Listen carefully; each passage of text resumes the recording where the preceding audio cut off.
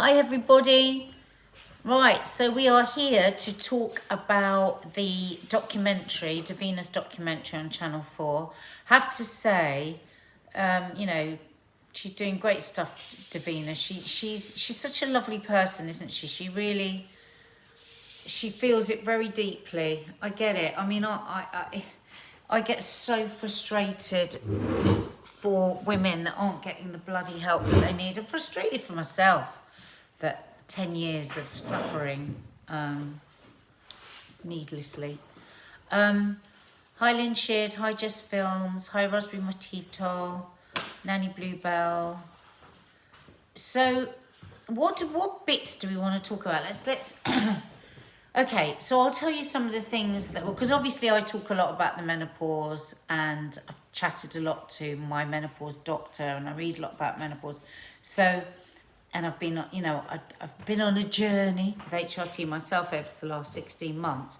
So I did know a lot of the stuff, but I was very, there were certain things that I didn't know and I was really fucking angry about. One was the progesterone that certain parts of the country in England, and I think all of Scotland, was she saying, was it just Glasgow?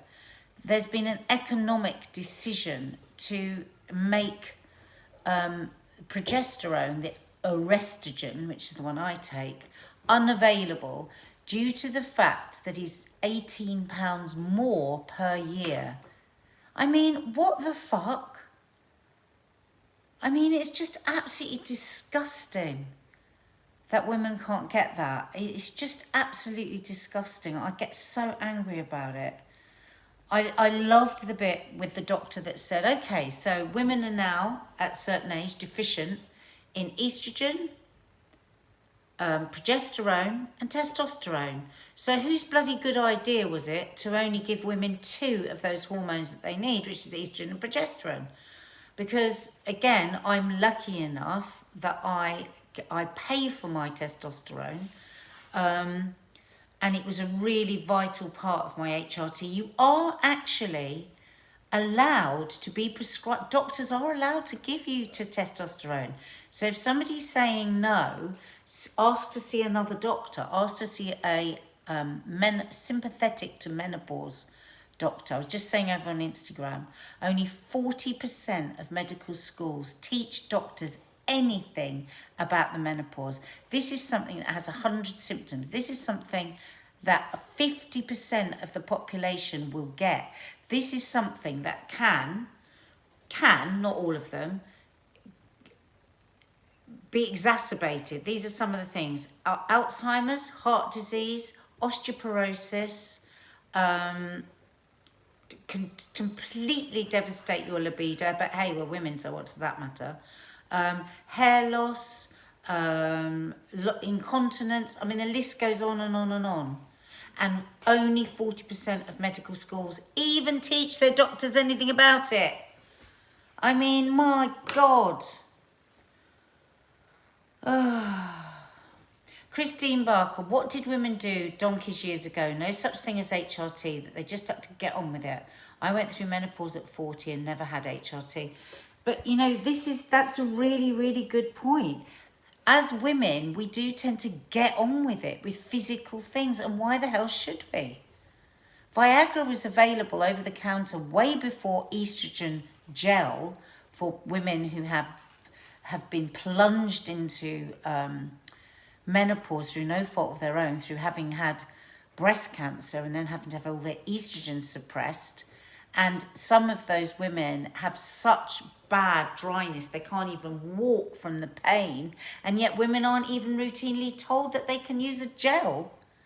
And yet Viagra's been available over the counter for how long? For God forbid. You know. Yeah, Wonder Woman, I was shocked at the suicide rate was highest for women going in perimenopause. Well, I mean, when I think about my perimenopause and I think about how much I thought I just completely lost myself, I had no sense of self, I was bleeding like a maniac. So first of all, I thought I had womb cancer. Then my brain just went, and I'm still struggling with my memory because 25% of the neurons are fucked, as we've learned on that. and also the rages, the absolutely out of control rages. And you can actually see this. It's somebody very nicely put it up on YouTube. Me fucking up on Lorraine. I literally couldn't speak. I couldn't read the autocue. Brain freeze. In fact, one of the producers was saying the other day, I remember when you used to have that thing where you just couldn't, it was like loose women shows, and you'd go, you're going to speak first, and I'd say, what do I think? Because I'd forgotten what I thought from the bloody morning. So I was really moved by all the stories of women having to leave the jobs that they love because they're embarrassed. They're embarrassed about sweating or their incontinence or the brain fog. So unfair.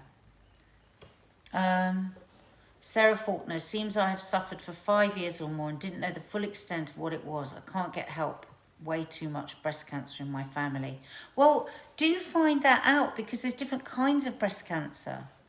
And my menopause doctor, my menopause doctor says, you know, there are different kinds of cancer. It's the estrogen receptive breast cancer that I think you can't go on HRT. But I'm no doctor, I'm just saying this is what my doctor told me. So it doesn't necessarily mean you're completely discounted for HRT if you've got it in your family. And did you see that woman, the endocrinologist, the hormone expert, who'd had breast cancer as a young woman? She looked amazing. She looked so healthy. She looked so vital. And she has lots of different ways that because there are other things that you can do outside of HRT. Louise Jones, if men were going through the change, they would get all the help. Yeah, they certainly would. They can, extra £18 would be nothing from her. It's absolutely disgusting. I'm pre-diabetic and I was told the menopause related due to interfering with blood sugar. That's Belinda. Well, yeah.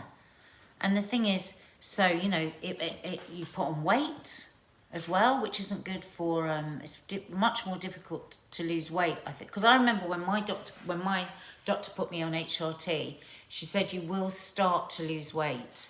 Because what happens is, she said the middle-age spread, where that comes from is, there are trace amounts of estrogen in your belly fat. So because your body is starving for estrogen, it hangs onto this belly fat to try and extract some of the estrogen. But she said the estrogen isn't of good quality and it's not enough. So you get left with your belly, but you're not actually getting the estrogen that you need. Kathy Wood, I've been on HRT for 8 months. Every female on my dad's side of family has had breast cancer. That's Kathy Wood. So, yeah, so it is worth checking because it depends what kind of breast cancer. All her family have it, but she's on it. Sarah Robinson, I went on HRT and put on so much weight. Right. Now, Sarah, when I first went on HRT, oh my God. Now, at the same time, Kay Adams went on it and somebody else that I know, and neither of them swelled up and neither of them put on weight. Now, I thought I'd put on weight, but I hadn't. What I'd done was I was just swelling up. My boobs really swelled. My stomach really swelled. I felt like blah, blah. But then after about 3 or 4 months, you do have to stick with it. You know, it's a big change. Remember, it's your body's gone without this for ages and then suddenly you're whacking in the hormones again. But then it really did settle and then all the energy came in so I could move more, exercise more. And I've definitely lost weight since I've been on HRT. I mean, I also eat healthily and I exercise, so I haven't gone on HRT and lost weight. You wouldn't just go on it and then just drop the weight. But the testosterone was an important part of that.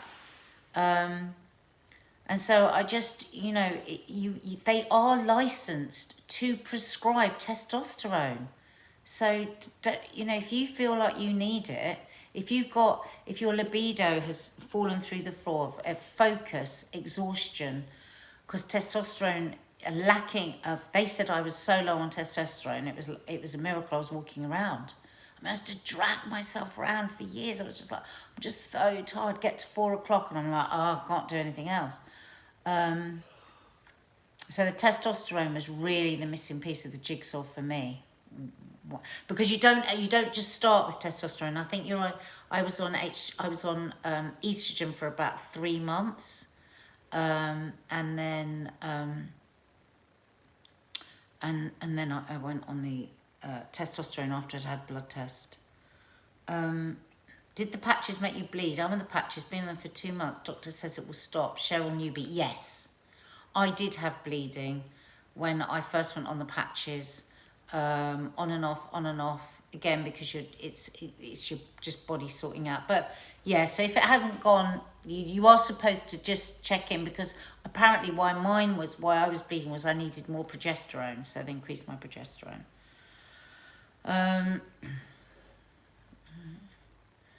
Holly Terry, Nadia, permit to ask, what do your girls think about you being so honest about menopause?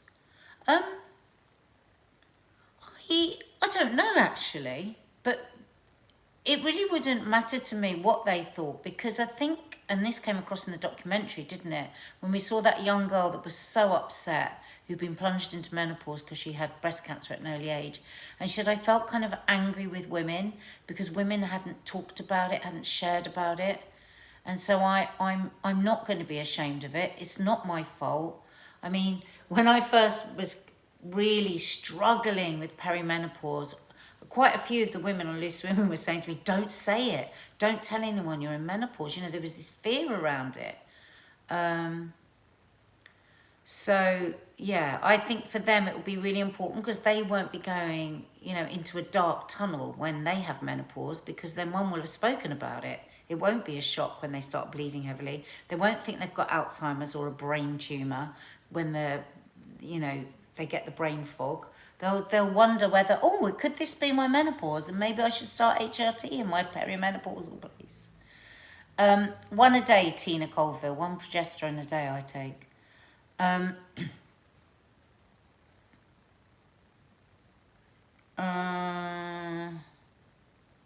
Yeah, just reading your Anne Chalmers. How long do you need to be on HRT, as I don't feel any better with them for 8 months now? The GP has changed my tablets 3 times now. Just hot flushes have gone, but feel tired and gaining weight. Oh, that's a shame. Tara Lumbus. I wonder which ones you're on. You say the tablets there. I'm actually on the patch, because they are so different. I wonder if they've put you on the cheap one. You know, like they were saying in Scotland and here and there, they don't let you have the progesterone, the good quality. So maybe do a search, do some research on the ones that you've got, and then see if they're the cheap ones, and then demand the more expensive ones. I don't know though, but you could go on the Menopause Matters or the Menopause Doctors. There's so many websites where you can ask these questions and they'll be able to answer you. Jane Watson, I've asked for testosterone. However, my GP stated no one at the surgery has the knowledge to prescribe it. What the fuck? Oh my God. Oh. Nobody in... You're going to have to change surgeries then. That's just shocking. God. Siobhan Jordan, I'm a nurse practitioner in general practice. Please can we shed the shame? Exactly, shed the shame. Siobhan, what do you think about that? This woman was told there was nobody in the surgery that could prescribe testosterone.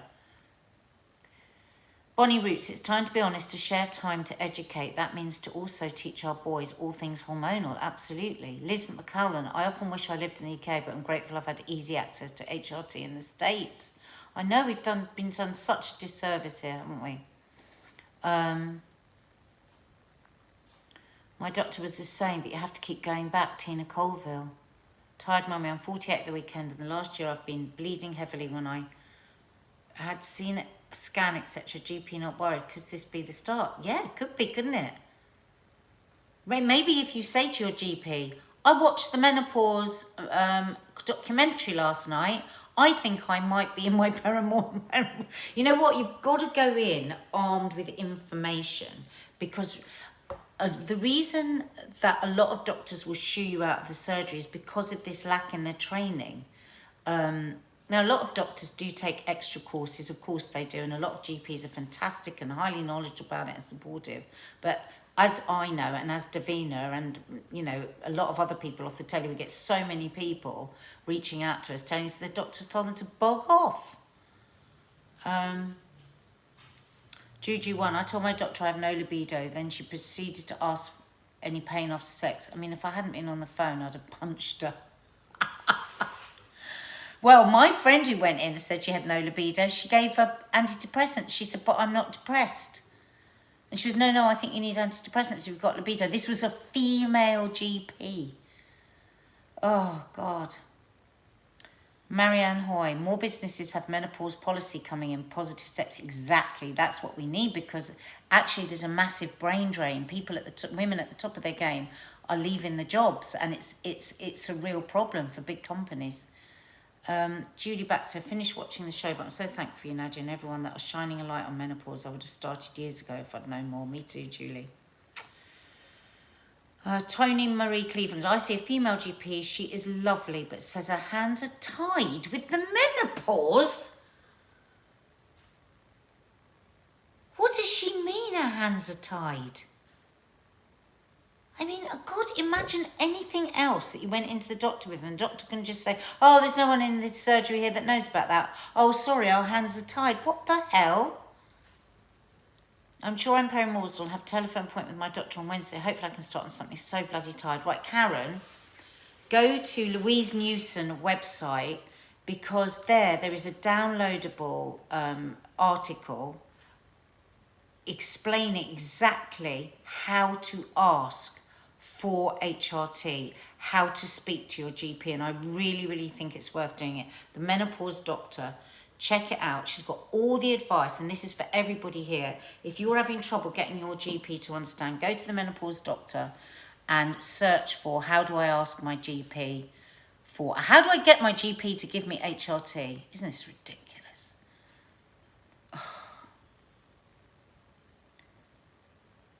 Lewis King, what is the menopause? The menopause is the period of time when a woman's periods have stopped, and they go through that door, and then they're through a door, and then the other side of the door for the rest of their lives.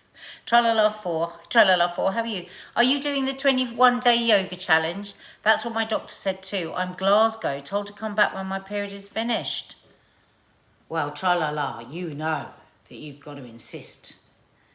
Hayley Austin, I have a lot of the symptoms have been fobbed off for the last 2 years with antidepressants. They're not doing a thing. Of course they're not. You know what makes me so annoyed, guys? Antidepressants cost the NHS more than HRT. So why are we not just getting the HRT? You know, it's made from yams now, HRT. Years ago, it was made from horse's piss, because they would get horses to piss and then take the hormones from the horse. Now they're bio-identical, body identical. So the progesterone produced from the yams, this wonderful progesterone, Eurogestin, that we saw in the documentary, that they don't want us to have because it's going to cost them £18 more per woman. Oh. But it gives exactly the same progesterone as our own body would make. I mean, it's... Oh, God. I know, Callum, exactly. Living life to full, overcoming anxieties. How long does the menopause last? My mum seems to still be going through it after 10 years. The menopause lasts forever. The menopause is the period of time after your periods have stopped. So you have all the years when you're having your periods, then you have perimenopause, that's before the menopause, when your periods are going a bit erratic, and then menopause is when it's all over. When it's all over, they're never coming back.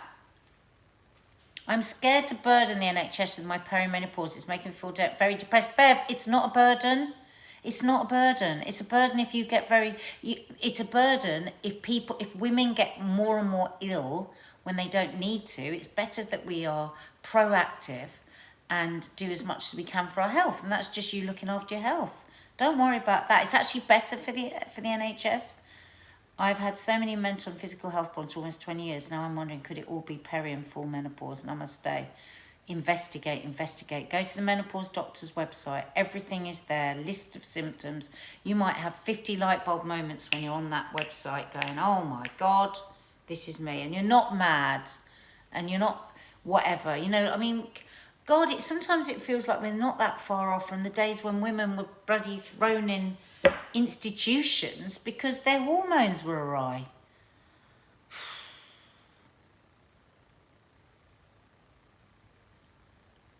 I'm just reading some of these. GPs are influenced by pharmaceutical companies' payments to prescribe what pharmaceutical companies want. Exactly, Melody Bell. Okay, so now I'm getting cross. Now can the government have the public? Yeah, exactly, Bonnie. We do actually need to be cross. The government can spend billions on failed track and trace, but not on HRT. Exactly, Gabrielle. Billions on PPE, shit PPE. Billions on people just fucking the furlough. But, £18 a year more. Oh. I was in tears watching the documentary, says Bev. I felt tearful at some points. I really did, especially when they were talking about the brain. It was both very moving because it would be better for the next generation. It would be better for our daughters, but yeah. Bastards. Anyway, so just wanted to have that chat with you because I felt a bit... Well, I'm very glad that we're talking about it more. And as Davina says, you know, for every woman that speaks to the next woman who speaks to the next woman who speaks to the next woman. And the thing is, this isn't just about women. You know, our partners suffer, our children suffer when we are suffering. Our work colleagues suffer when we are suffering. I mean, some of the, you know, some of those stories just broke your heart, didn't they? So this isn't just about women. This is about the whole of society. Everybody is affected by this. So, you know, do keep talking about it. You know, if you're going into work tomorrow, get everyone to watch if they missed the first documentary, watch the first one and the second one. Because, yeah.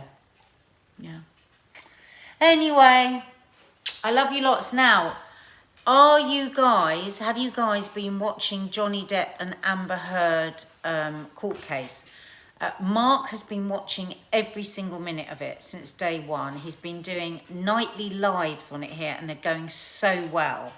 So it's great because they are very long days, the hearings, and Mark sort of subs it all down to the really interesting, juicy, the funny bits, because he's so funny. Do you know what we did this afternoon as a bank holiday treat in this house? We all sat and watched Pirates of the Caribbean.